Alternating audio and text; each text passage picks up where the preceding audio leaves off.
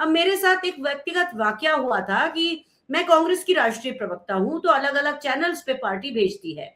तो एक अग्निवीर का मुद्दा था जिसमें मैं उस चैनल पर गई जिसमें अंजना ओम कश्यप शो कर रही थी। तो अंजना ओम कश्यप की एक हिचक है कि वो मुझे मेरे संवैधानिक अधिकार, यानी कि हम जो फौज के अधिकारी हैं, हमारे नाम के पहले हमारी रैंक मरने तक लगती है, और मरने के बाद भी हमें उसी रैंक से बुलाया जाता है, क्योंकि रैंक ना कभी रिटायर होती है और रैंक की ना कभी मौत होती है।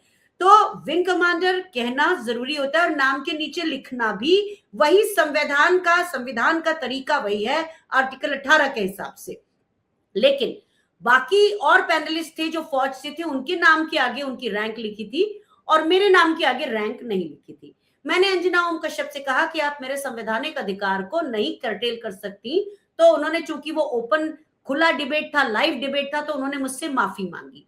लेकिन उस माफी मांगने के एक दिन के बाद मुझे वहां से गेस्ट कोऑर्डिनेटर का फोन आया। वो मुझे धमका रहे थे, वो कह रहे थे कि मैं या तो आपके नाम के आगे विंग कमांडर लिखूंगा तो आपसे टेक्निकल सवाल पूछूंगा कि वहां बम कैसे दागे गए, या एयरक्राफ्ट क्रैश कैसे हुआ, या एयरक्राफ्ट से क्या रिलेटेड बातें होती है उनके बारे में।